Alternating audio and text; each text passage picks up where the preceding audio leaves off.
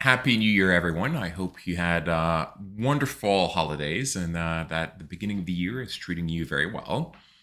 So, there's been a recurring theme over the last few months where people keep asking me, how is it that you seem to have this super passionate life where you can do all these different types of activities and play with your son and, frankly, live life to the fullest and yet be extraordinarily productive when it comes to work and get so much done? And I decided that it warranted sharing all my tips and secrets with all of you.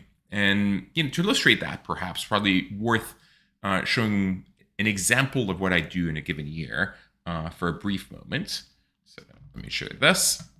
So this is my year-end review where I review everything that I did personally and professionally throughout the year, from adventures, playing with Fafa, to going to different locations, and also review what happened, the speeches I gave, what we accomplished at work, and my predictions for the year. So this is my blog. It's called 2023, An Angel is Born, as a homage to my new dog, Angel, which you can see there. But how to do all this, how to lead this passionate life is something I want to share with all of you. So without any further ado, let's get going. Welcome to episode 44, Unlocking Productivity, Streamlining Your Days for Passion and Purpose.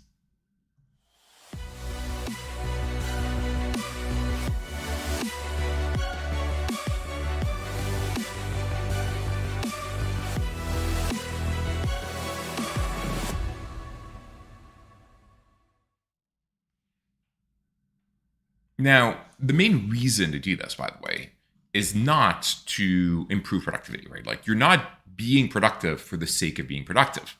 You're being productive for the sake of living your best possible life. So obviously, to some extent, it starts with understanding what is it that you love to do, what is it that you are extraordinarily good at, and focus on that, and everything else, don't focus. But generally speaking, there are three types of tricks or tips for productivity. So I'm going to separate this presentation in three parts. One is general tricks and tips. Two, how to outsource all the things you can do online, and you can outsource more than you think. And then three, all the things you could outsource offline. And along the way, we'll discuss some of the life setup choices that I've made, which again, these are more personal choices, but it goes to show you can lead non-traditional lives that are still amazingly effective. So let me start with sharing my screen. Up. 1 second. As we set it up. Okay, perfect. The presentation is ready to go. So I'll start with general productivity tips. I'll spend a fair amount of time here because some of these things seem easy to describe, but I think are fundamental. So the first thing is spend extraordinarily little time following news writ large. And by news, I mean everything, newspapers, radio news, TV news, you name it. I don't actually even follow politics. So I actually take this to an ultimate extreme. I don't follow news at all. And I'll talk about why that is, how you stay informed when you're not following news, and how to allocate your time otherwise. So the first thing you need to remember is the news is not actually meant to inform you. It is created by media companies. These media companies are trying to capture your attention, and they're trying to capture your attention in order to sell you advertising or to sell advertising. And the best way to do that is to focus on negative information, because your amygdala is hypersensitive to negative information. So the way your brain works is obviously up to 10,000 years ago, if you saw a ruffling in the leaves or whatever, it could be a tiger and it could eat you. And if you were not focused on the negative news, you would actually not be able to survive. You would be eaten by the tiger. And as a result, humans are hypersensitive to negative information. And media companies have realized that, and they're focusing on outrage, and they're focusing on all the things that can annoy you to capture your attention. But it's actually extraordinarily terrible for your mind. And when you look at it on a day-by-day basis, if you follow the news, it feels to me that the news has this eye of Mordor, where they focus on one thing, whatever is capturing the current zeitgeist, whether it's COVID, whether it's Ukraine or more recently Gaza, and it's trying to provoke outrage. Regardless of your point of view, the media outlet you follow is going to try to create outrage for you to keep your information, or keep your attention and sell you advertising.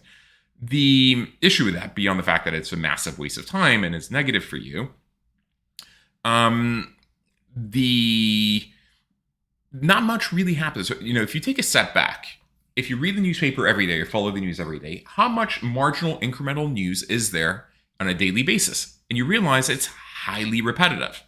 And at the same time, in addition to being highly repetitive, it often is highly sensationalistic. It's not where the actual information is. When the Wright brothers flew a plane for the first time, it actually wasn't reported in the news. It was reported, the only thing that was reported were the train accidents and murders and whatever of the day. And these types of breakthroughs are happening every day, and they're not really covered. So when I think about what I want to be informed on, it's actually not the day-to-day coverage. So imagine what happened in COVID. When COVID first happened, it was scares, oh, we're all going to die, and where people were following who got COVID and who was violating the restriction, et cetera. It was like entertainment. It was not news per se. What you really want to know, which of course is a book that has not been written yet, is what would have been the policies that would have decreased mental health and physical health outcomes, or led to the best ones, without impacting the economy. And maybe the answer changes over time before and after vaccines. But that is not what was covered. It was all sensationalist bullshit that's not that interesting. Likewise, once you have the invasion of Ukraine by Russia, the play-by-play, minute-by-minute is not all that relevant. What matters more is what are the consequences for Europe, for the US, for the Cold War II setup that we have? And these things are better to look at with 6-month or 12-month. The minute-by-minute outrage, not all that relevant. And so I actually consume zero news. Don't read newspapers, don't watch TV news, etc. The way I stay informed is I partake in a few groups. Ergo, ERGO is one of them. Green Mantle by Neil Ferguson is another, where every few months, at least once a year, we meet with policymakers and people that are analysts to think through, what are the conclusions of all these things that have been happening? The one exception to that, which is why I say spend 10 minutes per day on news, is, in my case, tech news. It impacts my life, and it's important to know what are the trends, who's raising, who's failing. And so I actually do spend 10 minutes a day reading Tech Meme, sometimes, CNET, Tom's Hardware. These were more entertainment, these were the gadgets I like, or Engadget, and then TechCrunch and things like that. But I spent de minimis amounts of time news writ large. Instead, I focus on analysts' reports with the direct primary sources and with 6 month or a year of outlook in terms of this is what happened in the last year, and this is what we think probabilistically could happen on a go forward basis. This guy can impact you. This is how I stay on top of my macro predictions, for instance. It comes from following what's happening at FOMAC, et cetera, not by reading newspapers in any way, shape, or form, all of which are negative. And this applies to news writ large. So, don't follow Twitter, for instance. I think it's also very bad for your mental health and internal health. Number two, compartmentalize, meaning be present in whatever it is you're doing. People are terrible at multitasking. You want to be monotasking and doing one thing and being present in whatever task you're doing. Now, sometimes it's easier to say than to do, but once you're done with work, when you're playing tennis, play tennis. Focus on the next point, not thinking about what you didn't do, what you need to do tomorrow. Otherwise, you're going to be terrible at tennis. And it's going to be way harder for you to fall asleep. So be present, leave things in one activity for that activity and go back to it when the time comes, but don't deal with it while you're doing something else. Number three is people have a tendency to procrastinate. And it's very easy to put off things. And so to get things done, actually set deadlines. With short time fuses, I put it as a deliverable for myself in my calendar, and I'll talk about how I manage calendar on soon in order to get things done. If I want to write a blog post, I'll actually block time in my calendar for writing the blog post and make sure that it's delivered on time. This way I can publish it on time. because we live in a world where we're constantly bombarded with information, it's actually good to take time off, right? Like if you are doing, you are not thinking. And so it is good to have time to be reflective. I try to have Fridays where I have much fewer meetings than other days, or ideally no meetings. That doesn't always plan out that way. And I try not to work weekends these days. But actually having time to think and reflect is very important. In fact, my entire life is structured around, okay, when I'm in New York for like a 1 month or 2 month stint, it's all on all the time, be it intellectual salons, dinners, etc. And then when I go to Turks and Caicos, because in the evenings there's nothing social for me to do there, that's when I'm more reflective. I read, I write, I publish many more blog posts, and I'm trying to be more thoughtful. Next point is limit meetings. I think that's a generally accepted rule, but meetings need to have a purpose. Like if you're taking a meeting, you need to know why you're meeting, who you're meeting with, what you're trying to get out of it. So there needs to be a clear agenda. It should have as few people as possible in the meeting. And I try to keep them to 30 minutes or less. Now I've realized that when I'm evaluating a startup, 30 minutes is usually too short. So it's more an hour that I block just to be safe and make sure I have the time to go in enough depth to make a proper investment decision. But in general, keep meetings short and try to get to the point of them. And as a rule, what I do is my meetings are back to back in 30-minute increments. So in a given day, I could have 14 meetings. If someone shows up 15 minutes late, they only get 15 minutes. If they show up 31 minutes late, they get no minutes. I'm going to be on time for every one of the meetings. I think punctuality is a mark of respect, and you want to be on time. And in fact, the number one complaint many founders have of VCs is they don't respect their times when they're late. So show up actually 1 or 2 minutes early to every meeting, and respect the time of the other. And so if you show up 31 minutes late, you are going to be rescheduled for a future date, and maybe never rescheduled, depending on how I feel and why it happened. Next point is make very quick decisions, right? It's better to make a quick decision and be wrong because you can course correct than to look for perfection. It's definitely true in business settings, in startups, where you'd rather make a decision, throw the spaghetti on the wall, see if the spaghetti is sticking, and if not, move on and try something else. Time blocking. So what I do, and I will demonstrate that shortly with an example day in my calendar, is everything is in my calendar. So if I need to do emails, it's in the calendar. If I'm going to go to the gym, and in fact, if it's there, it gets done. If it's not in the calendar, it does not exist. Next point is more tactical. You want to be focused and present in whatever activity you are doing. And so all notifications should be off. So my phone does not ring, does not vibrate, doesn't have anything showing up on the screen ever. It's on permanent do not disturb. You cannot get through to me from that perspective. So if I want to go check messages, I will proactively, at a time that I choose, go to check my Instagram or my WhatsApp or my text messages. But even a vibration, which feels perhaps as non-intrusive, if the phone is in your pocket and it vibrates, it takes your attention away from what you're doing. And all of a sudden you have, FOMO. It's like, ooh, what is it that I'm receiving? What is it I should be checking? So you should not be getting any pop-ups, notifications on anything. New emails coming in should not be bumping, beeping. Nothing should beep. Nothing should vibrate. Nothing should show up in any way, shape, or form. Now, if you have kids and you're worried that you need to be reached by the school or whatever, you can create a rule where even though you're on Do Not Disturb, 2, 3, or 4 people wouldn't create a very big list. Otherwise, it defeats the purpose of this. Can get through to you. And I do have that in my case, given that Fafa is going to school. But in general, you don't want any distractions whatsoever. Again, as I mentioned earlier, humans suck at multitasking. You want to be monotasking. If I block an hour for emails, I'm doing emails then. I don't want to be doing anything else. If I'm on a call, I want to be present and focused on that call and taking notes and thinking, not doing other things. Otherwise, you're not going to have the most thoughtful analysis and presence for whatever it is you're doing.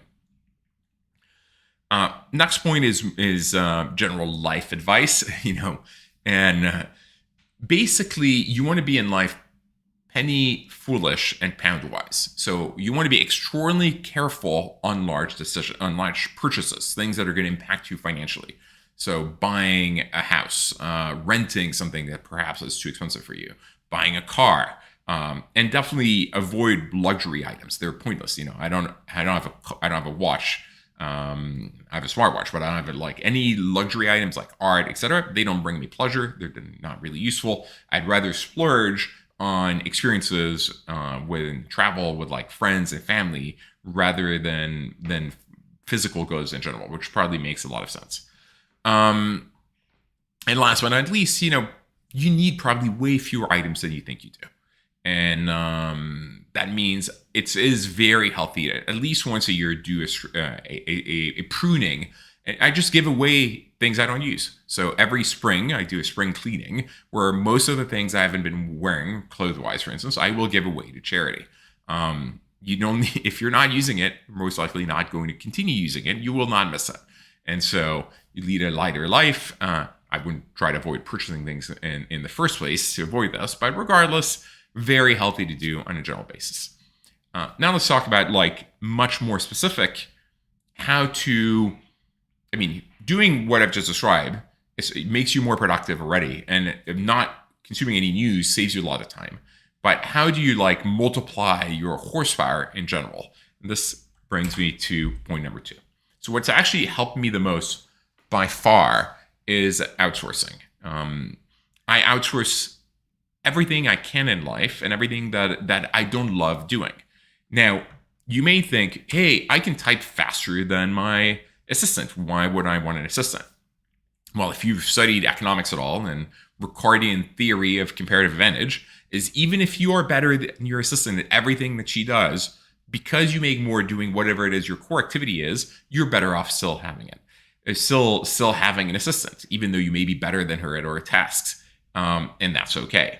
Now, the key superpower we've found and discovered is using remote assistants, especially in the Philippines, which we've been working with for like probably around 20 years here at FJ Labs. And well, personally, and then at FJ Labs in the last decade. We have 10 of them at FJ Labs, and I have a personal dedicated virtual assistant. I use YRA, but a friend of mine who's a genius at outsourcing, his name is Jonathan Swenson. He built Thumbtack. He had like thousands of like people in the Philippines for Thumbtack. Just created a company called Athena, actually to help people become master delegators as well. So these two companies are great. YRA is about $1,500 a month full time, and so this is someone extremely qualified working at your hours, whatever time zone you're in English. And Athena, I think, is about $3,000 a month. But you can also buy quarter time or a half time. And I'm going to show you that you can outsource a lot more than you think. So in my case, I have a dedicated assistant. Her name is Rose. Probably not her real name, but that's okay. Maybe a team and not one person. That's also okay. And actually, the funny thing is I've actually never spoken to her on the phone. I don't know what she looks like. And I've never even interviewed her. The way I recruit people in general, well, in the case of YRA, they just find someone for you, and then you decide if you like them or not, and then you decide, and if you're not happy, they'll change. But when I hire people on Upwork or elsewhere, which I will describe later for the other activities that I outsource, I usually hire like 10 people for the same task, given that it's like $1 an hour or $2 an hour. It's not a big deal. And then I see the one I like best, and then I keep that person for the rest of these tasks, not just this time, but on a recurring basis. And so that process works reasonably well. It saves you a lot of time of having to do interviews and filtering. So work outsourcing. Now, a lot of this is probably going to be more basic, but basically this is an example of the email Rose sends me every day at the end of the day of what she did during the day.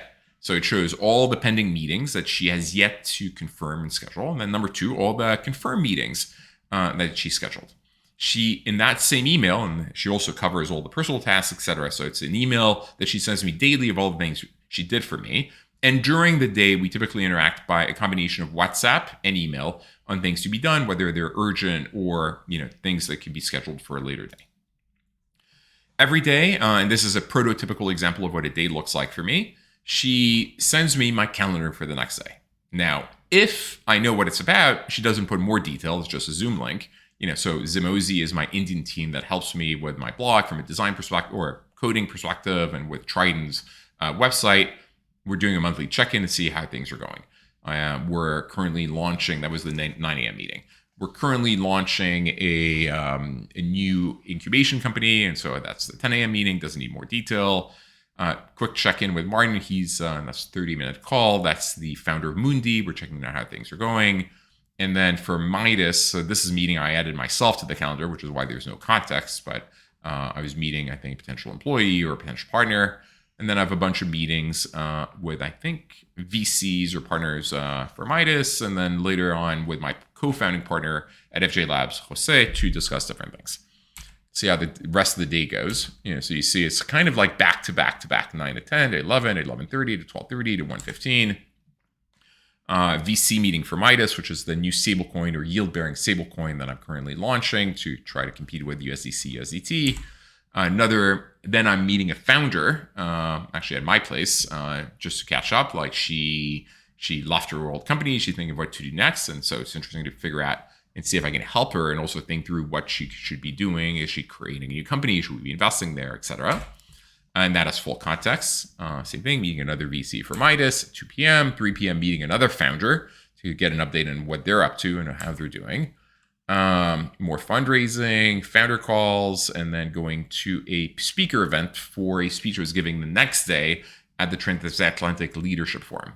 And then I'm playing paddle from 9 p.m. to 11 p.m. with my brother Olivier. So everything is in here, whether I'm doing a meditation, whether I'm playing tennis or paddle. Everything is the agenda, and this way I have a clear action plan for the day, and that is sent the night before when Rose signs off at like 6 or 7 p.m. every day.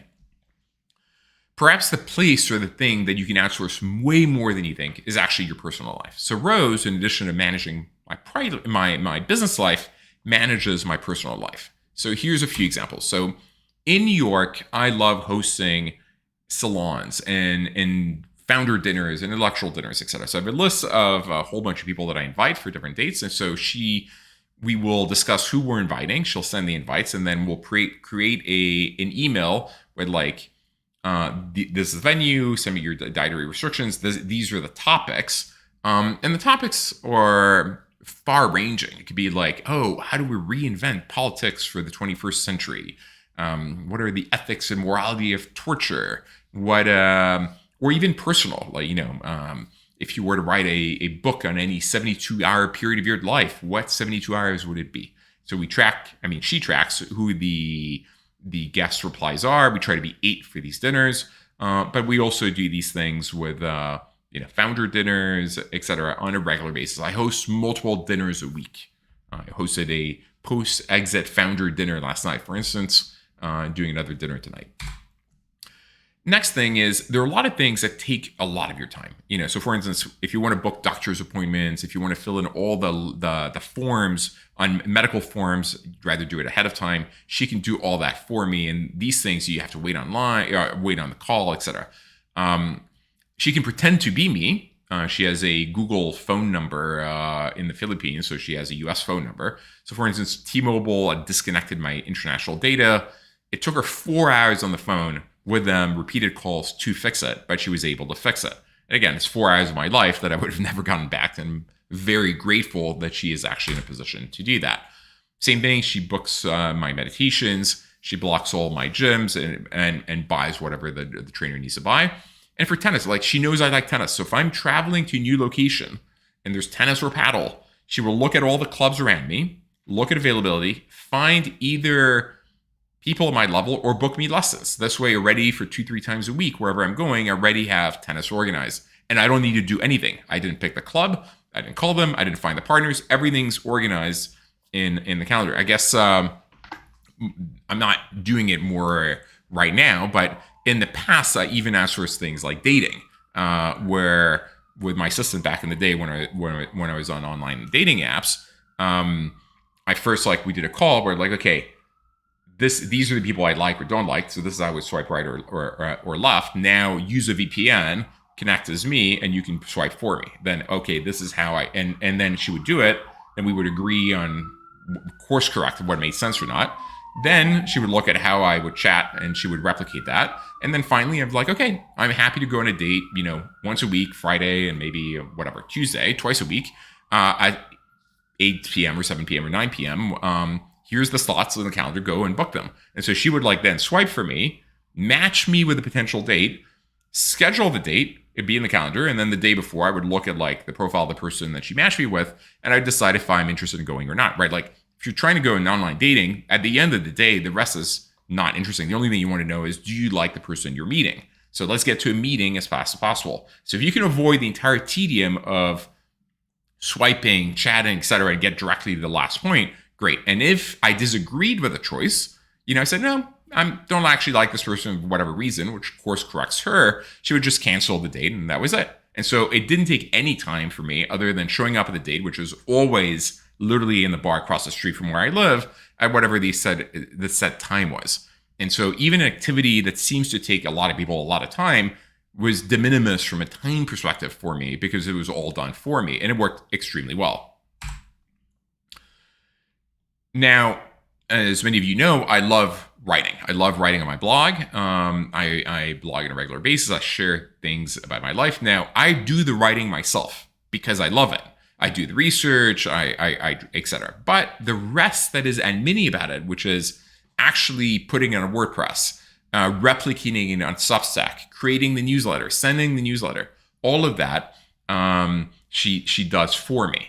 And again, saves a huge amount of time, right? The value creation is in the creative genius of writing and what I want to share and thinking, etc. Not at all in the admin, let's go to WordPress and upload it and send it and etc. So I like the writing, not that other part, and she does that for me as well. And by the way, all this is one person doing all of this. She buys things for Angel, my dog. She will also research like entry requirements and how to get passports for a dog. She will buy things if I need for Fafa. There's an app that the school, the Ecole, has, which is amazing, where there's all the photos of the day. She will download the photos. She'll like pay the nannies, like everything needs to be done. But like even researching things like, oh, how do I get someone a birth certificate or a passport? She will research, which is also a massive time saver. By the way, I'm noticing all the questions that people were asking. I will address them at the end one by one. So we'll do kind of a Q&A at the end of when I'm done presenting everything here. So she signs documents for me, but the documents I would say that are not the most important ones, right? If I rented a house, rental agreement, or need to do KYC. So things like that are not really important that I don't need to be doing myself. She has my digital signature. I say, okay, sign this, poof, or I forward it. She has actually also, probably worth mentioning, she has access to my email. And she has access to my credit card. But she has one credit card. And so what I can do is every month I can log in that one credit card and see where the purchases are and make sure everything's okay. So that's the safety control mechanism, if you want. But she has access to my email, and she all the legal documents are sent to legal, so I don't need to deal with them. All things that look like spam removed in a folder called potential spam. So again, I don't need to deal with them. But I'm the one replying to my own emails because many of them need my thoughtfulness. But she will, if I need to find out how to get a police form for some whatever reason or KYC someone asks, she will figure out how to get the data and help me get it. So again, online general admin docs, etc. Now, continuing on things that most people don't outsource that they probably should is figuring out how to have a more rich life in wherever you live. And so, for instance, in New York, I love magic, I love Broadway, I love off-Broadway, I love comedy clubs. And you don't want, once you've done the basics, going further off the beaten field, going to House of Yes for a Dirty Circus show or whatever, or going to Company 14 in Bushwick to see their various shows.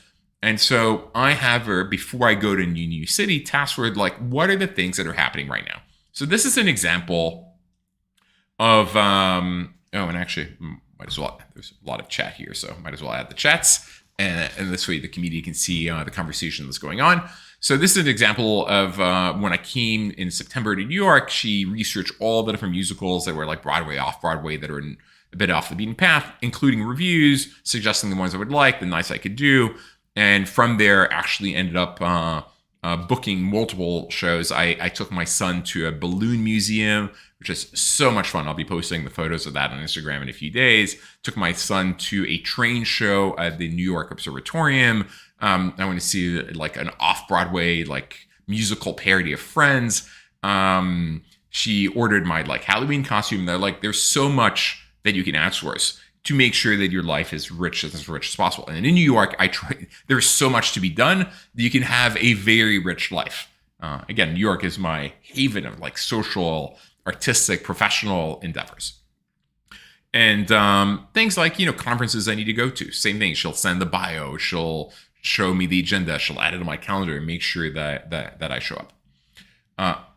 Next thing is she helped me create the my 50th birthday invites. So I'm celebrating my 50th birthday next August 3rd in 2024. And so help design the invite on paperless posts. We're sending it. We're tracking who's coming. We're figuring out like how many rooms we need, where, etc. And so she helped design it. She sent it, and she's tracking the replies to make sure that everything is structured correctly. But even for that, for instance, I also hired a party planner to help me with like the vision of the night and what's going on and everything happening. So I don't need to deal with all the admin things from that perspective.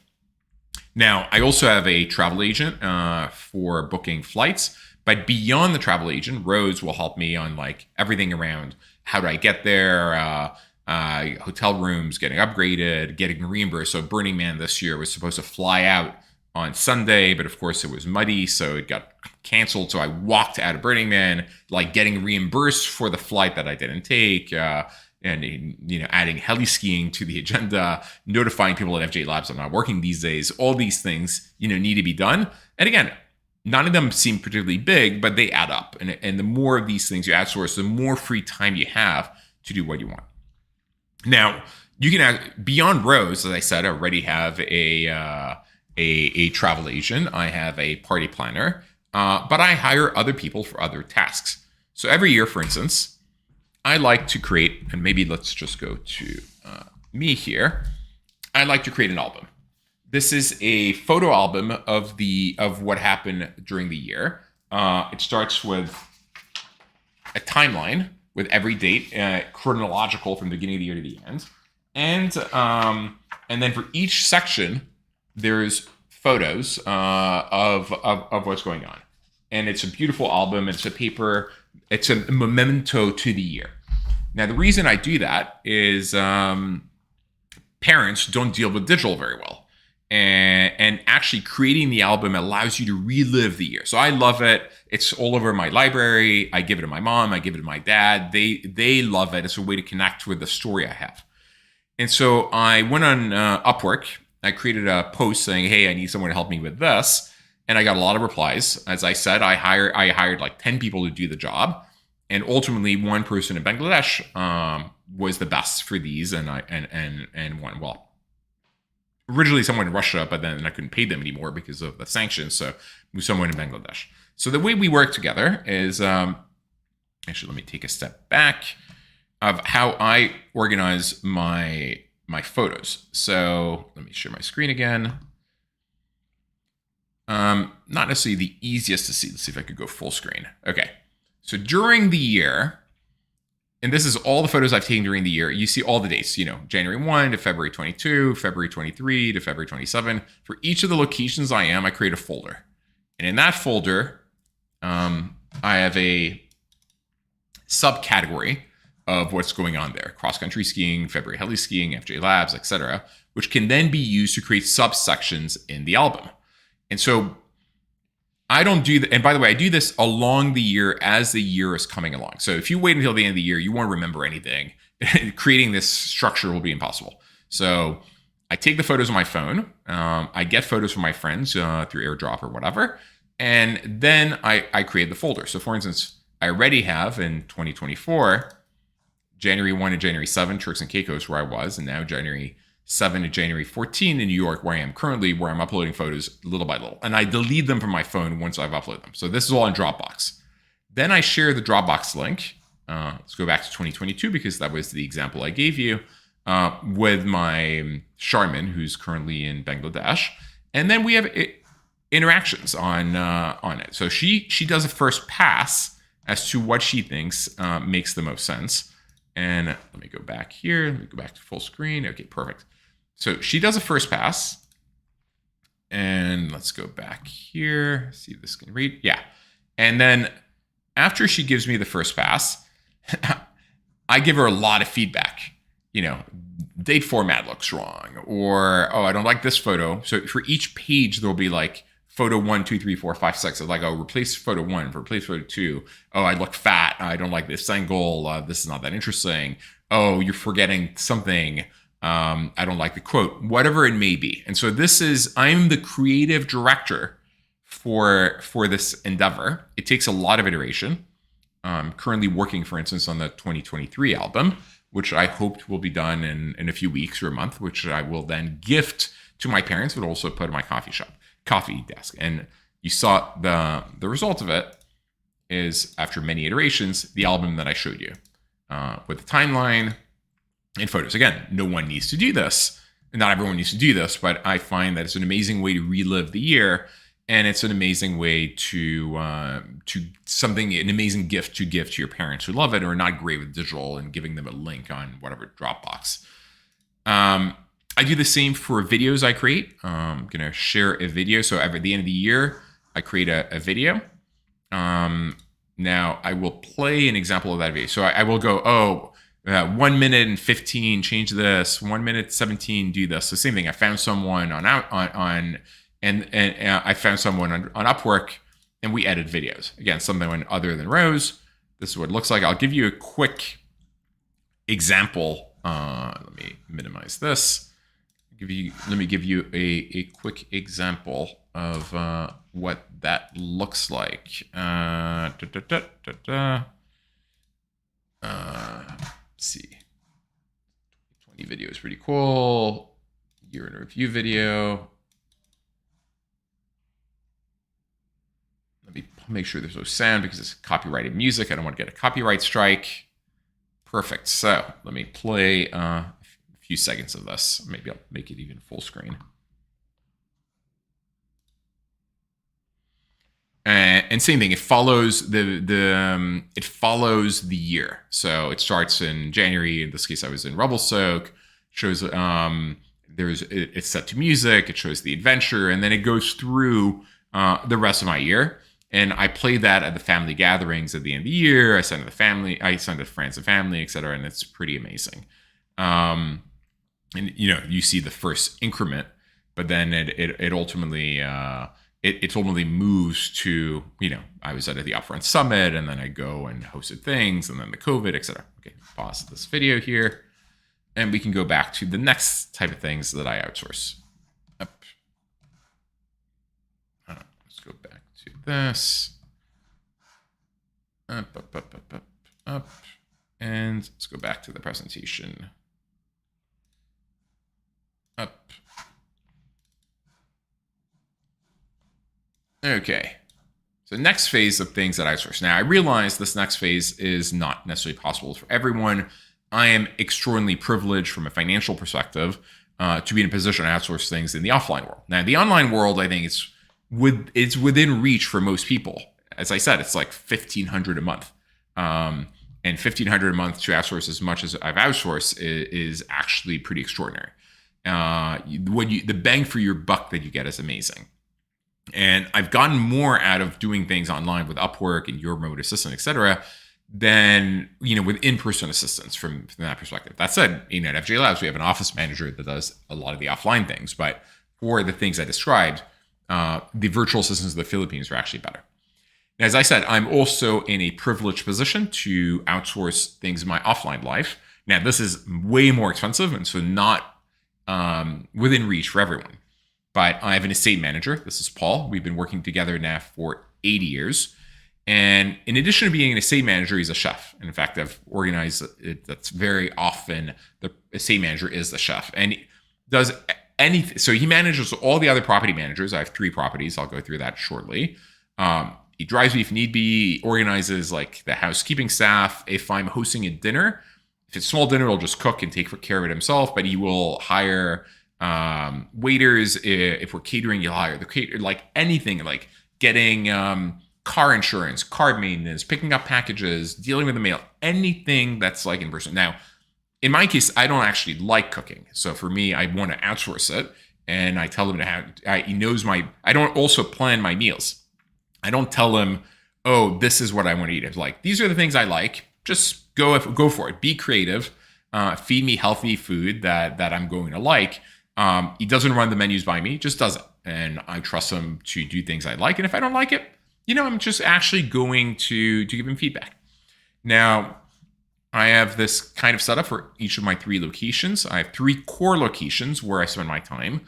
And for each of them, I have a property manager who also is a chef and manages the rest of the staff, handles the licenses because I sublet them on Airbnb if I can, which I can't in New York or Revelstoke, but I can in Turks and Caicos. And their goal is to delight me and or whatever guests I have, be they my family or renters from the Airbnb equivalent. Now, the reason I have 3 homes is I've made a decision to structure my life in a pretty non-traditional way. 2 realizations. Realization number 1 is each city has a very best moment or time to live in. So New York is extraordinary in the spring and in the fall, right? Like you want to be in New York in September and October, in April, in May, and maybe the first half of June. It is way less compelling in the summer. It's too hot. It's too humid. It's way less compelling in like January, February, December. And so I try to go to the places where it's the best time to be there. So my year is typically structured with January, February in Revelstoke in British Columbia, where I like to go backcountry skiing on weekends and snowshoeing and ice climbing and dock sledding, etc. But it's mostly around backcountry skiing, heli skiing. March, I go to Turks and Caicos to thaw and like kite surf and play tennis and play paddle, etc. As I said, April, May, June in the New York area. And then I start heading to Nice to see my family in the south of France. Before usually going for my birthday in Turks and Caicos. And then all of August, I go to Revelstoke in the mountain where I like to go mountain biking and hiking and rock climbing, etc. Then I go to Burning Man. Then again, September, October, New York, and then November, December, Turks. Though, to be exact, I usually go to Turks until December 26th, and then New Year's I spend in Revelstoke. That's why I have snow for New Year's and in the holiday season, in addition to having the sun. Now, in addition to that, every year I'd like to add a 2-week trip somewhere where that is new and a massive adventure like Antarctica in 2023. That is often off-grid and adventurous, where I'm like just a backpack and a tent and a water filtration system. Beyond that, so that's core setup. And beyond the fact that each place has a best time or location to be there, my perspective is that each, you want your work-life balance. And so New York, as I mentioned earlier, is a place of professional, social, artistic, intellectual activity. It is busy 24/7. I'm going out, I'm meeting friends, I'm hosting dinners, I'm going to events with founders. It is so busy that after a month or 2, I am completely burnt out. And I'm tired and I need a place to recharge. Now, in Revelstoke and Turks, I'm not on vacation. I actually work during the day. So in Revelstoke, typically, I will only do the backcountry skiing, etc. On the weekends, and or if there's a day off. Like this month, we have 2 days off in January, so I'm taking and I think there's a Friday and a Monday, and I'm heli skiing those days in addition to the weekends. And same thing in Turks. I'll work during the day, but when the day ends, whatever time that may be, I'll go kite surf and play tennis and play paddle and read and write and meditate. And so New York, I'm doing. And in Revelstoke and Turks and Caicos, I'm being healthy, I'm being reflective. And it's a combination of a place where I'll either be alone to recharge my social batteries, or I will bring a huge gathering or smattering of friends and family. So for instance, this year, and I'll go back to, for a quick second, if it'll open to my blog, I brought 50 people for Christmas and New Year's, which was like the gathering of my family. Yep. And this is our New Year photo. 50 people of both the family I have and the family I choose, which has been absolutely amazing. Like going back here. So it's kind of like the life setup in terms of like moving around. So continuing of the things I outsource, I also outsource so I've separated for Trident, for instance, which is rented out when I'm not there and generates millions of revenues a year, the guest services, local in person versus reservations. So I have a reservation manager, so Rayanne, who helps like create the pricing, manage the different channels, and do all the reservation part of the experience until it is handed over to Lori and her team to do the actual guest services experience. She also usually or sometimes has someone from YRA to help with the work that she needs to do. As you know, I got a dog this year, Angel, and for Angel, for at least for the first few years, given how busy I am otherwise, especially in New York, I have a full-time dog walker, dog trainer, travels with me everywhere, takes care of Angel, gets the vaccines up to date, gets all the papers and everything that needs to be done. And that's Mike. It helps, especially when you live in a place, like New York. And when I'm busy in New York, obviously when I'm in Turks and Revelstoke, Angel can be roaming free and we can be play all day. But even then, I want her to be very well trained. I want to be able to walk with her off leash and her not to, and just follow the directions. If I want her to play, she goes play. And if I want her to come back and pay attention off leash, regardless of distractions, squirrels, other dogs, cars, whatever, that she listens. And so I want her to be very well trained. And Mike is amazing for that. So nannies, actually, before I talk nannies, maybe I'll go back to the travel setup for a second. Now that I have a son who's starting to go to school, instead of doing 2 month, 2 month, 2 month, I don't want to be away from him too long. I'm actually making sure that obviously we spend all of our vacations together, and when we're in New York, we're together all the time. But when I go to like Turks, let's say December 1 to 15, it's like 2 weeks. I'll still spend a week in New York to make sure that I'm around him at the right time. So I'm changing even though it's a bit more travel, I'm changing the 2 months to more like 2 weeks, 3 weeks, 1 week, 2 weeks, etc. to make sure I spend more time with him. So nanny setup. So we wanted coverage 7 days a week from 7:45 a.m. to 7:45 p.m. So we found a bunch of nannies on care.com mostly, some Facebook groups as well. The core mission or the core vision was that one of the nannies to be in fluent accentless French, who can travel internationally, so I have a passport, and can drive. Which obviously creates a number of limitations. And the reason for the French, by the way, is obviously I'm French. My family mostly is French speaking. We live in New York, so he's going to be getting English in general, even though he's in a bilingual school called the École, which is absolutely amazing. It's like the rigor of the French system with creativity and public speaking and teamwork of the American system. Because school, TV, friends, whatever, and living in the US is in English, I figured let's have the nannies only speak French to him. Now, what I have the nannies do is when we travel, it's only one nanny that travels with us, but if it's multiple weeks long, maybe they'll swap. There's a WhatsApp group for the nannies to coordinate between each other. So the reason it's for them, by the way, and you can meet them here, you can see their little bios and who's doing how many days, etc., is French nannies, I guess, don't want to work too many hours in general. And so this is kind of the amount of hours they wanted to work. So someone would work 1 day a week, 2 days a week. And so actually having 4 part-time who agree between themselves who's traveling, who's taking what days, etc., works really well to give us full coverage without any issues. They're paid on a per hour basis or an hourly basis based on the hours worked. So there's a WhatsApp group. They coordinate, they train, they tell each other what happened before, what needs to happen. And they have a calendar called Cozy where all the doctor's appointments, et cetera, that they populate, and they know what tasks need to be done. And they do everything from preparing 1 meal a day to buying groceries. Well, diapers not really needed anymore, but medicine, bath supplies, whatever needs to be taken taken care of. They do, in addition to taking care of Francois, picking him up at school, dropping off at school, etc. Now, in addition to that, let's say there's a date night or I need to go out or whatever, and I need coverage beyond 7:45 p.m., add the slot requests in the calendar, and they between themselves agree who's going to take it. So again, it doesn't require me to do anything.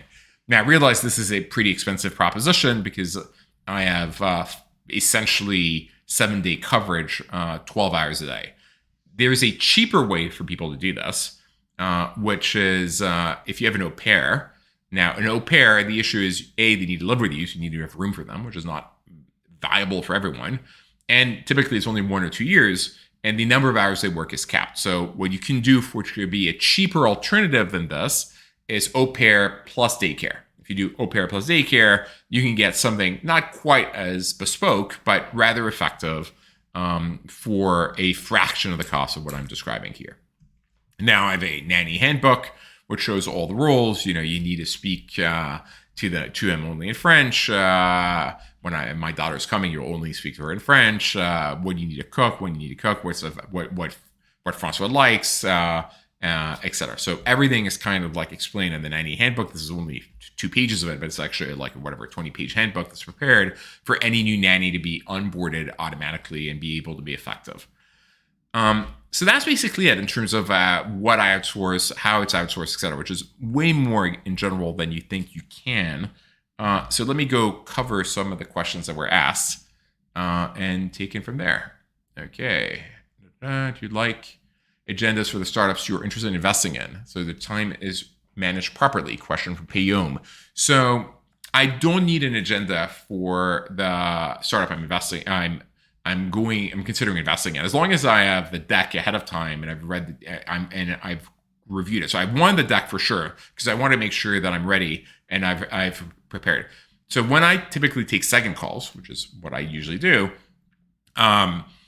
I have read the first debrief. And so I'm not going to have the founders repeat the full story over and over again. I mean, as a founder, when I was raising money, it drove me crazy that VCs regularly would be just making me repeat the same story over and over again. I'm like, do you guys not read each other's notes? Do you not want to go deeper into it? It felt shallow every time. And so I will read the debrief by the first debrief of whomever wrote it took the first call in the team. I will read the deck. And I'm going to go straight into Q&A. I don't need the entire story repeated to me, which I think is also a courtesy of the founder, but it also leads to a more deeper, meaningful interaction. So no agenda other than that. Let's see. What else? How do you quantify time saved? How to be sure scheduling actions do not consume as much time as you would like, because you would have not outsourced the task at all. I mean, for low value tasks. I don't quantify it. I can feel it in how much time I have to do the things I love. So for instance, it's not all that hard to buy things on Amazon, but if I have like 20 things to buy, it's way easier to send Rose, buy this, the link, and she deals with that. It's not a huge amount of time, but little by little it adds up. So I'm not quantifying it in general. I just realized that in a given year, I can do so much and so much more than most people, because I am fully levered up. The other, I guess, superpower user of outsource people, as I said, is Jonathan Swenson from Thumbtack, or formerly Thumbtack, now creating Athena. I think we're going to do a joint session. We're going to see our best practices and see if we can learn anything from each other to figure out what, if anything else, we should be doing and whether or not it's worth quantifying. At the end of the day, I'm not doing this to be more productive, as I said, which is why I'm not trying to quantify it. I'm doing this because I want to lead an amazing, fulfilled life. And so for me, the proof is in the pudding. If I'm actually spending my time with my son and playing video games and reading books and doing things I love doing rather than things I don't like doing, it means it's working. And so that's kind of the way I think about it. Not reading news. What are your favorite analyst source of insights? So I love No Opinion, Noah Smith. Let me share that here. He's on Substack. Let's see, Noah Opinion. Of course, I have my microphone in front of me, so poof. No thanks. So, of course, we share a lot of similar. Oh wait, I need to share my screen. We share a lot of like similar philosophical alignment in terms of like techno-optimism, and we're both economists by formation. So I read No Opinion. I think it's really interesting. And the other things I'm members of, or I don't know if they're actually, let's see, Ergo, maybe it's a consultancy. Okay, maybe doing this live is not the best. We shall see. Yeah. So this group, and they have like a lot of thoughtful analysis of what's going on, and everything from politics, geopolitics, macroeconomics, etc. Actually, talking about it for a quick second, when it comes to politics, I don't really follow it because if I take a step back, I don't think it matters all that much. And actually, I would argue politics have been, in a way, the political system in the US, which seems so broken and like the making of the sausage is awful, actually kind of works. You know, if I go to the 1950s and I'm a Democrat and I'm like, oh, what do I want to see in 70 years? You know, so in 2023, I want desegregation. I want women in the workforce. I want I want like IVF and the pill and a lot of like these socially liberal trends that have actually happened. And yes, it ebbs and flows and there's setbacks in the Roe v. Wade, etc. But for the general part, it actually, if that's what you wanted, you've gotten it, right? And we're seeing right now like drug legalization, etc., or at least decriminalization.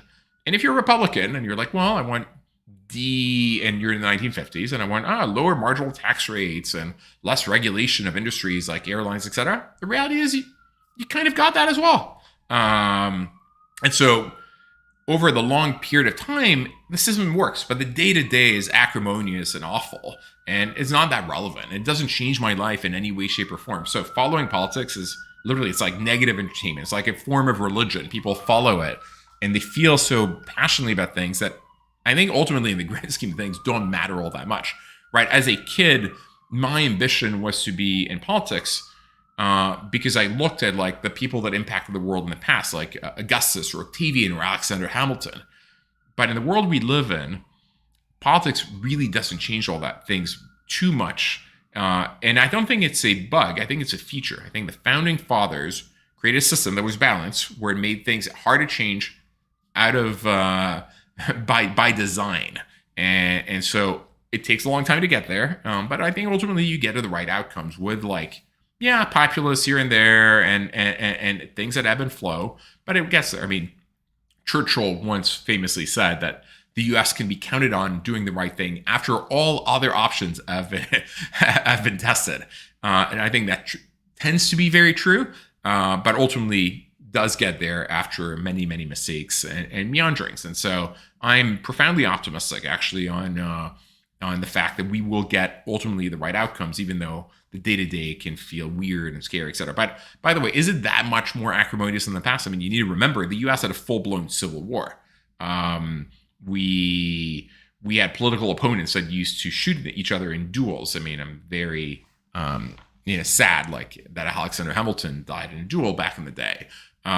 We had like massive civil rights riots, race riots. We had an anti-war movement with riots. If anything, it's less violent today than it was 30, 40 years ago. And so it feels worse, but I think it may very well be recency bias. And so, yeah, don't follow politics, waste of time. Don't follow news. Focus on things you can control in your life that make you happy, and focus on positive things. Because if you take a step back, most things are amazing and like getting better every day. And when I look at the life we led, like when I was a kid and today, so many things have gotten better and cheaper. So I'm profoundly grateful and grateful to be living now and optimistic about the future. So Thomas is asking me if I worry about potential fraud, given that she has access to my information, emails, etc.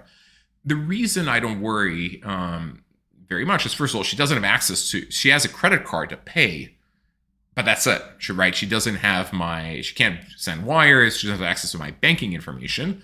And in credit card, you're not, with a credit card, you are not liable for credit card fraud. And so all I need to do is every month go through the credit card receipts, make sure I approve of all the credit card purchases. And if not, I dispute them and then see where they came from, which has happened multiple times, but not actually from my assistant, from people like, somehow getting a credit card number and trying to buy things with it. But actually, the credit card company is reasonably good at detecting weird patterns or behavior and blocking transactions. And regardless, they reimburse you when fraud happens. So hasn't been an issue. It doesn't really have access to anything other than that credit card, which is kind of itself a control mechanism. And in terms of emails, most things that are really secure, you use a ledger or a YubiKey or a two-factor authentication, right? Like email doesn't really give you access to these things. So all of my really secure things are fine. And if I think of the cost-benefit analysis, the risk of fraud versus the time I'm saving, it's completely worth it. And also, I don't give her access to email directly. I think there's a way to delegate so she can reply on my behalf and see emails or whatever. I'm not the one who set it up. It's my good friend William. I don't know exactly how it is, but it works pretty well. I'm thinking of another question that was sent ahead of the episode by Saeed Jabbar. How do you learn how to break into flow states as well? I think I'll do another episode on flow states, but obviously part of the objective of these things is to be present and to be in a position to get into flow states. And so for me, it's a combination of meditating, and I have a meditation practice.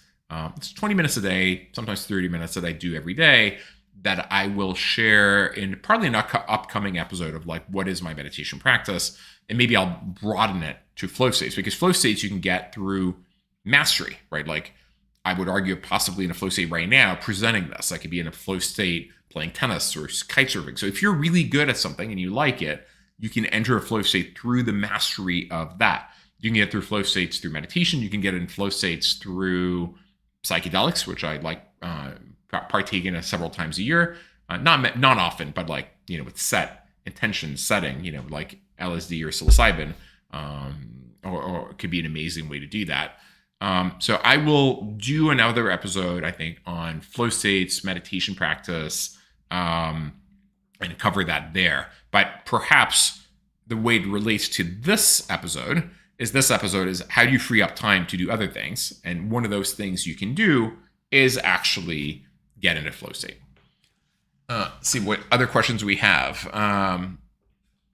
Okay, Sharaf from Dharma Portco. Well, hi, Sharaf. I'm glad to be an investor. It's so transparent. It's super helpful. Do you ever get professional imposter syndrome choosing to live with such radical transparency and with what makes you personally happy? I've never had imposter syndrome. So maybe this is like takes us to a different topic on like happiness in general. Many people I talk to, they have this like little voice in their shoulder, which is like, oh, you're not good enough, you're not this enough, you're not smart enough, you don't belong here.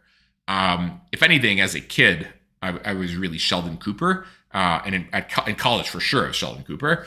I had the opposite problems. Like I thought I belonged there, even when I had zero. And so for me, it was more like, oh, obviously, I'm amazing, I'm extraordinary, everything's and so I never had imposter syndrome from that perspective. I felt I belonged. Now, the difference is, as a kid, it was delusional. I thought I knew everything. And then, of course, as you get older, you realize how little you know. And once you fall flat on your feet, on your face, and you get your teeth kicked in, you realize that how little you know. And you approach life with way more humility. I was definitely arrogant before. And now I've come to realize how little I know. But I know some things, and that's what I'm trying to share here. Now, the beauty, or not the beauty, is like I'm actually not famous, right? Like sharing all these things is my way of giving back to founders and people out there who want to live a better life. But and it connects to those it connects with, and it's a very small subset of people. I don't have a publicist. I'm not trying to be famous. I'm not trying to be a public person. I like sharing what I learn, and it helps the people it hurts. But I am not going. I don't want to have the public profile to be Elon. I could argue I have more impact on the world than Elon in terms of like changing the lives of people today, right? Like, I'm an investor in 1,100 companies. They're highly deflationary. They touch the lives of billions. How many people have gone in space with SpaceX so far?